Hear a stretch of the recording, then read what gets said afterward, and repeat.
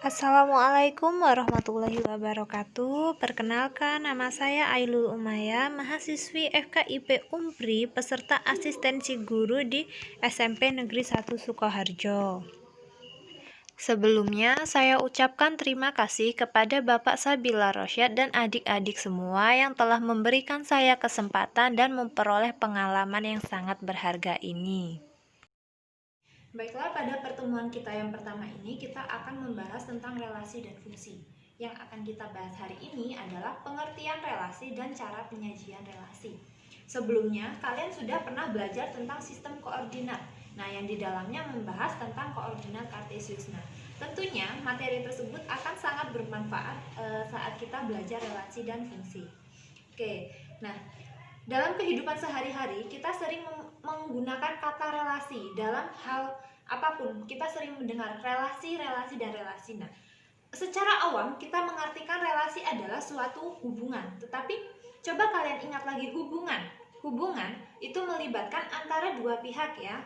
Tentunya pihak pertama dan pihak kedua. Nah, dalam matematika apa itu relasi? Nah, relasi yang kita artikan secara awam dengan yang kita artikan di dalam matematika ada sedikit kemiripan, yaitu sama-sama hubungan. Nah, hubungan yang bagaimana? Nah, dalam matematika relasi ada relasi dari himpunan A ke himpunan B adalah suatu aturan yang memasangkan anggota-anggota himpunan A dengan salah satu atau beberapa anggota himpunan B. Bahkan dapat terjadi ada anggota himpunan A yang tidak memiliki pasangan dengan anggota himpunan B. Nah, perhatikan di situ yaitu kalimat aturan yang memasangkan atau aturan yang menghubungkan. Sehingga relasi pada konteks ini adalah suatu aturan yang memasangkan atau menghubungkan antara dua himpunan. Kita misalkan himpunan A dan himpunan B, tetapi tidak hanya himpunan A dan B ya. Tentu masih banyak himpunan yang lainnya yang dapat membentuk suatu relasi. Nah, di sini terlihat sebelumnya himpunan A dipasangkan dengan salah satu anggota di himpunan B atau bahkan beberapa anggota dari himpunan B. Bahkan bisa jadi tidak ada pasangan di himpunan B. Jadi relasi itu tidak mengharuskan setiap anggota himpunan A memiliki pasangan di himpunan B. Nah, oke, sekarang kita lihat contohnya. Yang pertama, kalian bisa memperhatikan di PPT tersebut. Nah, ada 3 orang siswa dan 4 jenis permainan. Nah, apabila kita kita lihat dalam PPT tersebut, siswa tersebut dijadikan sebagai himpunan A ya, sedangkan jenis permainannya adalah himpunan B. Oke, di PPT tersebut ada 2 himpunan. Yang pertama yaitu himpunan A. Himpunan A terdiri dari 3 orang siswa. Yang pertama yaitu Adam, dan yang kedua itu Jordan, dan yang ketiga. Nah, sedangkan di himpunan B yaitu jenis permainannya yaitu basket, voli, tenis, dan catur.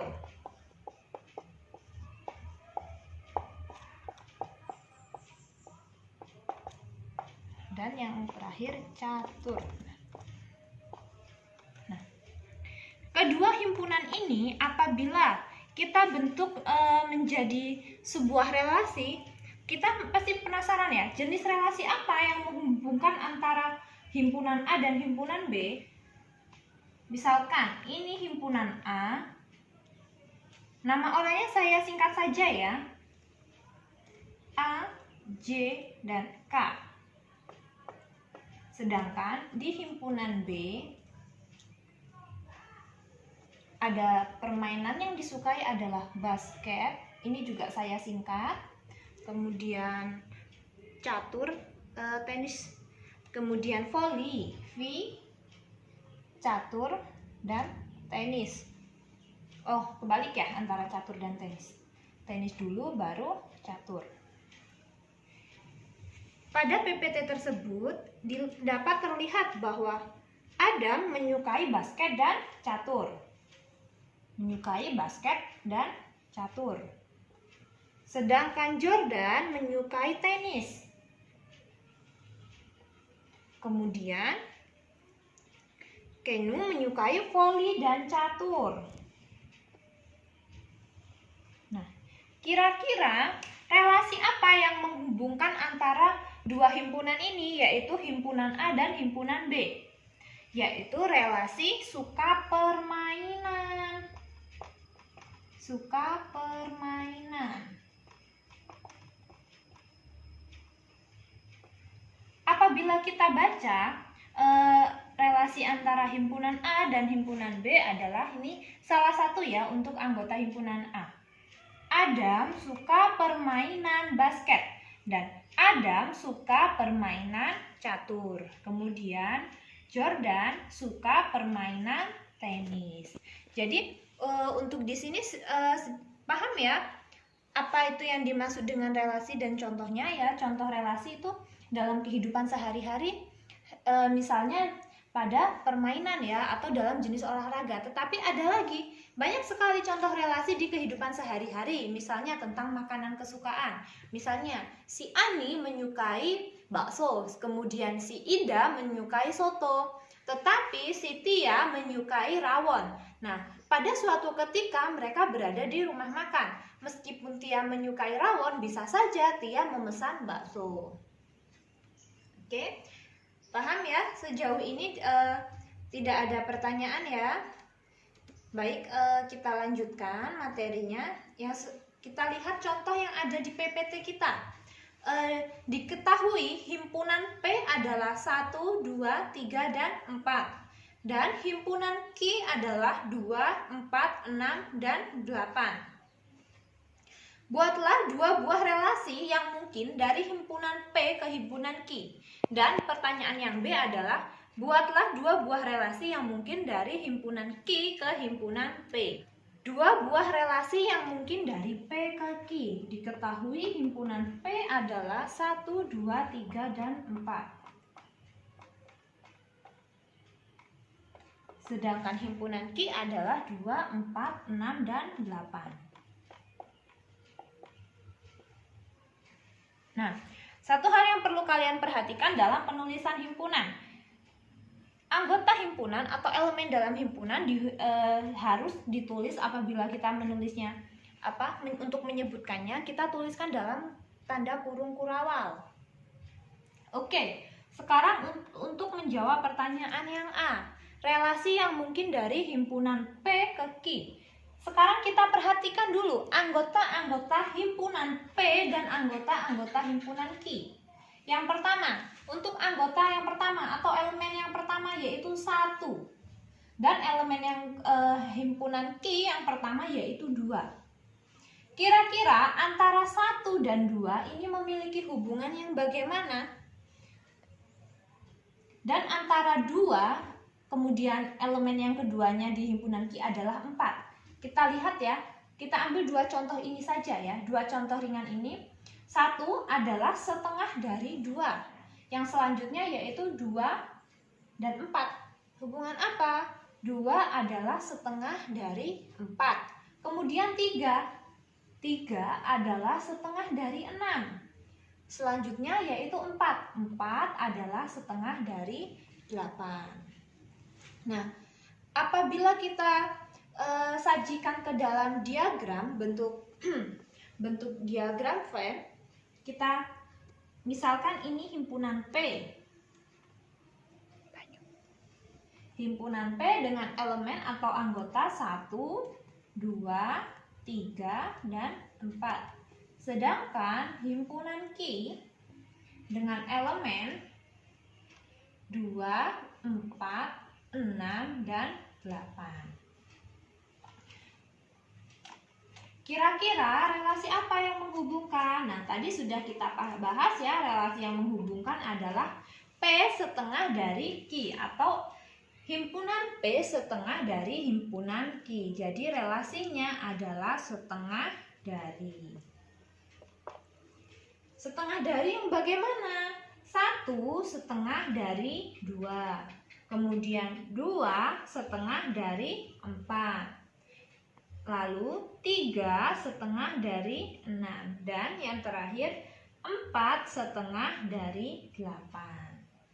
Paham ya cara untuk membacanya 1/2 dari 2, 2/2 dari 4, begitupun seterusnya hingga kita peroleh hubungan antara dua himpunan ini adalah P1/2 dari Q atau himpunan P1/2 dari himpunan Q.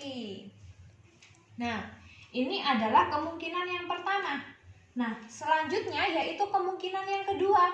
Kemungkinan apa lagi yang muncul dari dua himpunan ini? Nah, kita lihat ya, relasi apakah yang memungkinkan? Kita lihat anggota yang pertama atau elemen yang pertama. 1 merupakan faktor dari elemen-elemen yang ada di himpunan Q. Sehingga relasi yang mungkin adalah 1 faktor dari 2, 1 faktor dari 4, 1 faktor dari 6, 1 faktor dari 8. Kemudian kita lihat elemen yang kedua, yaitu 2. 2 merupakan faktor dari 2, 2 juga merupakan faktor dari 4, dan 2 faktor dari 6, selanjutnya 2 juga faktor dari 8. Kita lihat elemen yang ketiga, yaitu 3. 3 merupakan faktor dari 6. Nah, kita lihat elemen yang terakhir, yaitu 4. 4 merupakan faktor dari 4 dan faktor dari 8. Sehingga kita peroleh relasi yang mungkin dari himpunan P ke Q adalah faktor dari. Relasi yang mungkin dari P ke Q adalah faktor dari. Sehingga dapat kita sebutkan atau kita baca adalah himpunan P faktor dari himpunan Q. Paham ya untuk kedua relasi yang memungkinkan antara himpunan P ke himpunan Q? Nah, sekarang kita lihat untuk pertanyaan yang kedua, yaitu relasi yang memungkinkan dari himpunan Q ke himpunan P. Kira-kira relasi apa? Apabila kita lihat di relasi yang mungkin tadi ya, dari P ke Q tadi ada relasi setengah dari dan relasi faktor dari. Nah, sekarang kita balik. Himpunan Q 2, 4, 6, 8 dan himpunan P yaitu 1, 2, 3, dan 4. Kira-kira relasi apa? Kita lihat yang pertama, elemen yang pertama. 2 merupakan 2 kalinya elemen 1. Kemudian 4 merupakan 2 kalinya 2. 6 2 kalinya 3. Dan 8 2 kalinya 4. Apabila kita bentuk relasi, maka 2 kalinya 1, 4 2 kalinya 2, 6 2 kalinya 3, dan 8 adalah 2 kalinya 4. Sehingga relasi yang mungkin dari Q ke P adalah 2 kalinya dari. Sehingga apabila kita baca, yaitu himpunan Q 2 kalinya himpunan P. Oke, ini adalah relasi yang memungkinkan yang pertama. Nah, sekarang relasi yang memungkinkan yang kedua. Nah, kita buat lagi ya. Ini untuk diagram kedua himpunannya. Untuk elemen himpunan Q 2, 4, 6, dan 8. Sedangkan himpunan P 1, 2, 3, dan 4. Kita lihat sembarang elemen. Misalnya, kita ambil elemen 6. 6 ini hubungannya dengan 1, 2, 3, dan 4 apa? Kita lihat 6 ini lebih darinya 1, lebih darinya 2, lebih dari 3, dan lebih dari 4. Nah, kita lihat lagi 2. 2 lebih darinya 1. Jadi jika dibuat relasinya 2 lebih dari 1, 4 lebih dari 2, 4 tapi 4 juga lebih dari 1 ya, dan 4 lebih dari 3. Selanjutnya 6 lebih dari 1, 6 lebih dari 2, 6 lebih dari 3, dan 6 juga lebih dari 4. Nah, sekarang kita lihat yang elemen yang terakhir 8. 8 lebih dari 1, 8 lebih dari 2, 8 lebih dari 3 dan 8 lebih dari 4. Sehingga relasi yang memungkinkan antara himpunan Q ke himpunan P adalah lebih dari. Sehingga apabila kita baca yaitu himpunan P lebih dari himpunan himpunan Q lebih dari himpunan P. Nah, dari dua contoh di atas paham ya apa itu hubungan dari relasi antara himpunan P dan himpunan Q, kemudian himpunan Q dan himpunan P. Nah, untuk contoh yang lainnya dapat kalian lihat di buku siswa ya, ada di buku siswa, buku cetak matematikanya. Selanjutnya yaitu cara menunjukkan suatu relasi antara dua himpunan atau cara menyajikan suatu relasi antara dua himpunan. Nah, cara penyajian relasi ada 3 cara. Yang pertama yaitu disajikan dengan diagram panah yang seperti tadi kita gunakan dalam contoh. Yang cara kedua yaitu himpunan pasangan berurutan, yaitu memasangkan anggota-anggota himpunan yang berelasi. Kemudian yang ketiga yaitu koordinat kartesius, ya seperti yang kita pelajari pada bab sebelumnya. Oke. Nah, kita lihat pada contoh yang ada di PPT kalian. Contoh tersebut yaitu antara himpunan A dan himpunan B. Himpunan A dan himpunan B diketahui himpunan A-nya yaitu berelemen atau beranggota 1, 2, 3, 4, dan 5. Kemudian elemen himpunan B adalah 1, 2, 3, 4, sampai 7. Nah, yang pertama pertanyaannya adalah relasi yang menghubungkan antara himpunan A ke himpunan B adalah 1 lebihnya dari. Jadi, himpunan A 1 lebihnya dari himpunan B.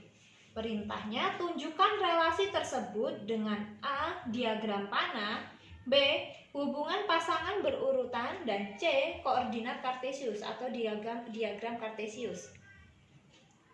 Nah, oke. Yang pertama, menggunakan diagram panah. Diagram panah yang seperti tadi ya. Yang A menggunakan diagram panah. Kita lihat elemen atau anggota himpunan A. 1, 2, 3, 4, dan 5. Sedangkan anggota himpunan B adalah 1 sampai 7. 1, 2, 3, 4, 5, 6, dan 7. Jika relasinya adalah relasi antara A dan B adalah 1 lebihnya dari. Jadi 1 lebihnya dari, kita lihat dari elemen di himpunan A ada tidak yang 1 lebihnya dari elemen himpunan B? Tidak ada ya. Nah, langsung kita mulai dari nih elemen yang kedua yaitu 2. 2 1 lebihnya dari 1. Kemudian 3 1 lebihnya dari 2. 4, 1 lebihnya dari 3, dan 5, 1 lebihnya dari 4. Jadi apabila disajikan dalam diagram panah, bentuknya seperti ini. Nah, ini yang menghubung relasi antara keduanya adalah 1 lebihnya dari. Kemudian apabila akan kita sajikan dalam himpunan pasangan berurutan. Di situ ada kata himpunan, sudah barang pasti penyajiannya ditandai dengan adanya tanda kurung kurawal. Nah, yang B himpunan pasangan berurutan dengan relasi A 1 lebihnya dari B. Himpunannya adalah relasi antara A dan B. Kita lihat elemennya yang berhubungan yaitu pasangan yang berurutannya yang pertama yaitu 2 dan 1. Jadi himpunan pasangan berurutannya yang pertama 2 dan 1. Kemudian yang kedua 3 dan 2. Yang selanjutnya 4 dan 3. Dan yang terakhir 5 dan 4. Jadi Apabila ingin disajikan dengan himpunan pasangan berurutan, tinggal kita sajikan saja yang berelasi, elemen-elemen yang berelasinya. Dari himpunan A ke himpunan B yang berelasi adalah 2 dan 1, 3 dan 2, 4 dan 3, dan 5 dan 4. Nah, untuk anggota himpunan yang lain atau elemen yang lain yang tidak berelasi tidak usah disajikan atau tidak usah diikut sertakan. Cara penyajian yang ketiga atau yang C tadi yaitu menggunakan koordinat kartesius yang menghubungkan antara himpunan A dan himpunan B. Apabila kita lihat ini adalah hasil dari pasangan berurutan antara himpunan A dan himpunan B. Di garis X atau yang biasa kita sebut aksis menunjukkan anggota himpunan A, sedangkan di ordinat atau di sumbu Y menunjukkan himpunan B. Kita lihat pasangan berurutan yang pertama yaitu 2 dan 1, berarti absisnya 2 dan ordinatnya 1. Kita tarik garis dari absis dan ordinatnya. Nah, berarti titik temunya di sini ya. Kemudian yang kedua, absisnya 3 dan ordinatnya 2. Maaf ya, ini sedikit agak nggak lurus, tapi insya Allah ini akurat ya. Yang selanjutnya absisnya 4 dan ordinatnya 3. Nah, titik temunya di sini ya. Dan yang terakhir absisnya 5, ordinatnya 4.